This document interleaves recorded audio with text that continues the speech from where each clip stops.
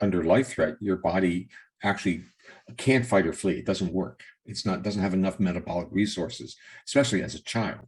So the body goes into a more ancient, and this is evolutionary ancient circuit, a very foundational circuit in our brainstem, and functionally shuts us down. I'm Dr. Aimie, your guide for transforming your trauma into your gift.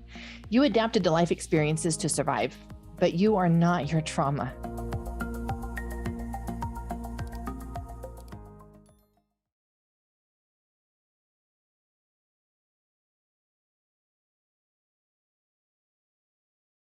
The intentional control of your body is optimized when your body feels safe. If your body feels cues of threat, and this is really what you're doing, and even when you humiliate yourself, you're really threatening yourself, the intentional capacity, or the capacity to intentionally regulate your behavior, is greatly diminished. So it's a lose model. You feel bad and you can't do what you want to do. Now, the solution, and this is part of what you've learned through somatic experiences, the first step is to witness your body, and where you're aware of these physiological shifts. And then the second phase is really the narrative you develop about those physiological responses. If you see it through a polyvagal lens, you see the reactions as trying to protect you. So there's a degree of honoring what your body's doing as opposed to getting angry at it.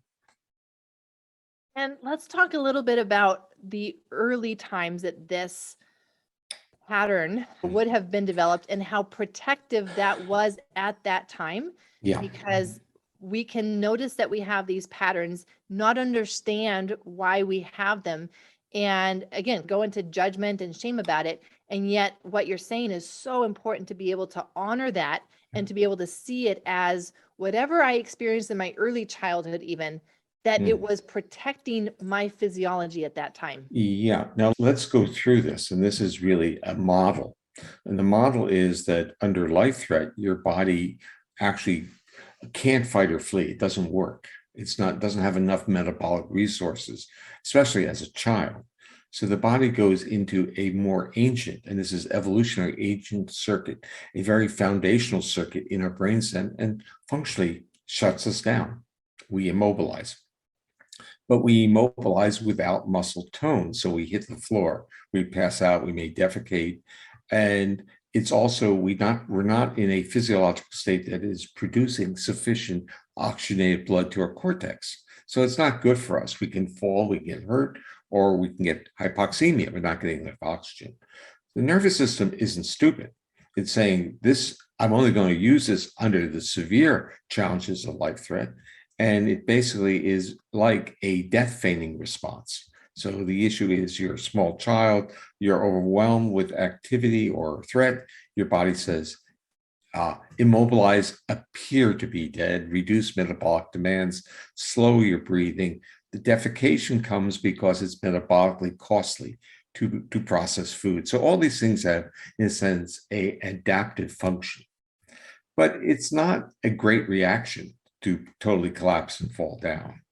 So the nervous system tries to deal with it. It has to say immobilization is good because then you won't be seen, you won't be heard, and you won't be attacked.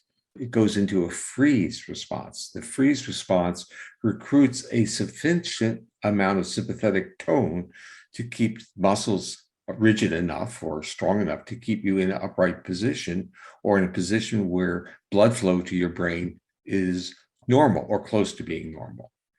But it's not the best response either. It's very uncomfortable. It's also physiologically demanding because the freeze is actually interfering with homeostatic functions.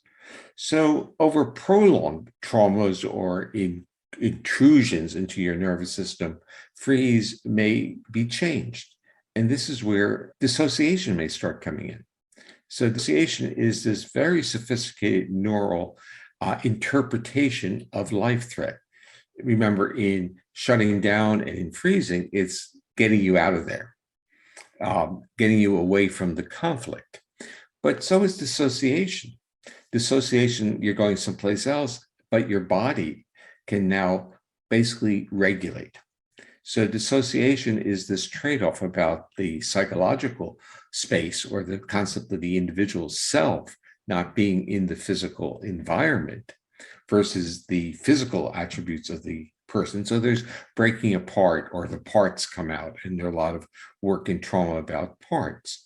So I see this as a nuanced and almost a remarkable adaptation of what dissociation is. It's a hypothetical model of that, but we do know that with lots of people, they will freeze. The body will just go rigid. And the consequences of that are they're not good. We talk about what the person is feeling in themselves. They can't do things.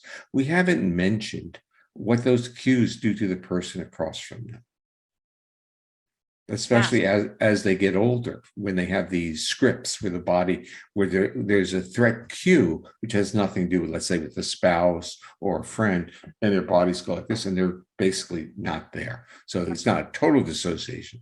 But what they've done is they've broken the capacity or disrupted the capacity for social engagement. So now they're broadcasting threat cues to the person who's across from them, who now can get really disturbed. Where did you go? Where's my mate? Where's my co-regulator? That person just left the room. And some people get into really severe arguments and fights at that point. So we can see the cascade of these reactions. And if we start understanding what they are, we can start having greater control of them.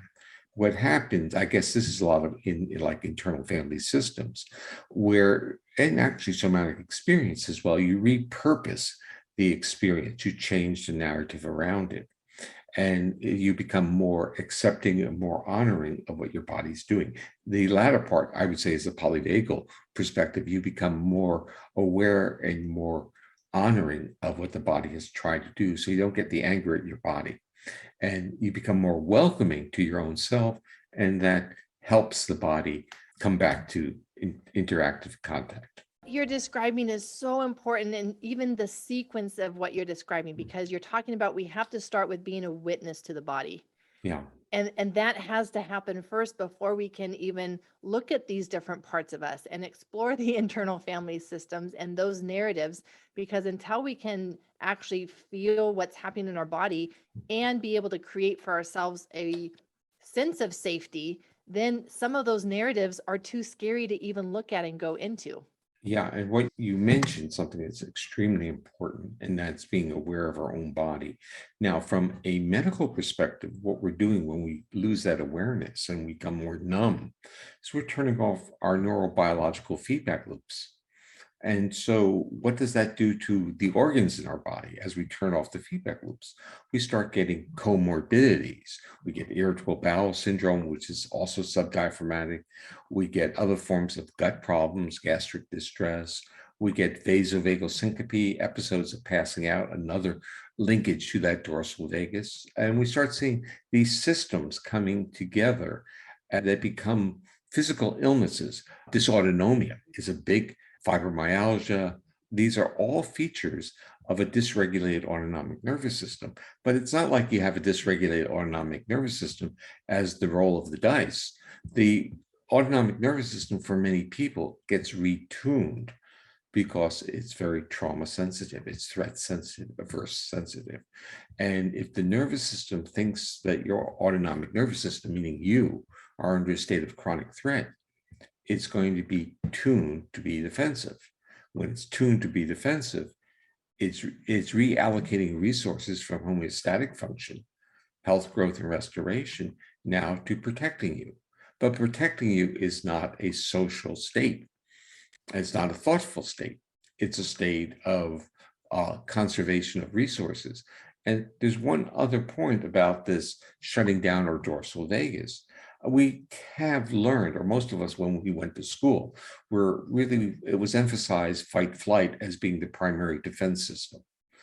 And then we start talking about things like cortisol and adrenal deficiencies, all these things about how we would think a fight flight system could get turned off. And we miss the point. The point is that fight flight systems are metabolically costly. You can't maintain them. They didn't evolve to be chronic. If they become chronic, the system has its own feedback and shuts down. So if we, in a sense, in this mobilized, fight, flight, heavily stressed, whatever terminology you want to use, the body can't take it. The body will then do this adaptive shutting down. And you see this in many, I would say now called functional diseases, fibromyalgia, but chronic fatigue, and what we're even seeing in the outcome of COVID. And we have to also appreciate that COVID retunes the autonomic nervous system. And a trauma retuned autonomic nervous system is, based on our own research, more susceptible to mental health issues during the pandemic. And that's not necessarily getting COVID, but it's also linked to, in another study we did, linked to getting COVID. So it's a kind of an interesting issue that our adversity history that we carry with us is not only affecting our mental health, our vulnerability under challenges like COVID, but affects our physical health, the ability to get infection. And again, we are taught that the pathogens are floating out there, and we all have literally an equal chance of getting them and getting ill.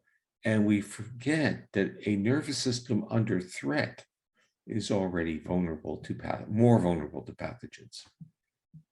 One of the things that I teach in my biology of trauma certification course for providers is this idea that you're talking about that I want to highlight so much for people, is around this idea of energy conservation and conservation of physiology. And we cannot maintain a high metabolic state for an extended period of time. For short periods of time, yes, and the body will do that. But then when we have a biology that will actually decrease the amount of energy that we have available to begin with, I teach that we have biology that can actually predispose us to the shutdown and to the freeze. Because even if you want to look at neurotoxins, if you want to look at mitochondrial toxins, anything that's going to compromise the nervous system's, the body's ability to maintain a high metabolic state is going to lead it sooner to that line of needing to shut down, needing to go into the freeze in order to maintain life.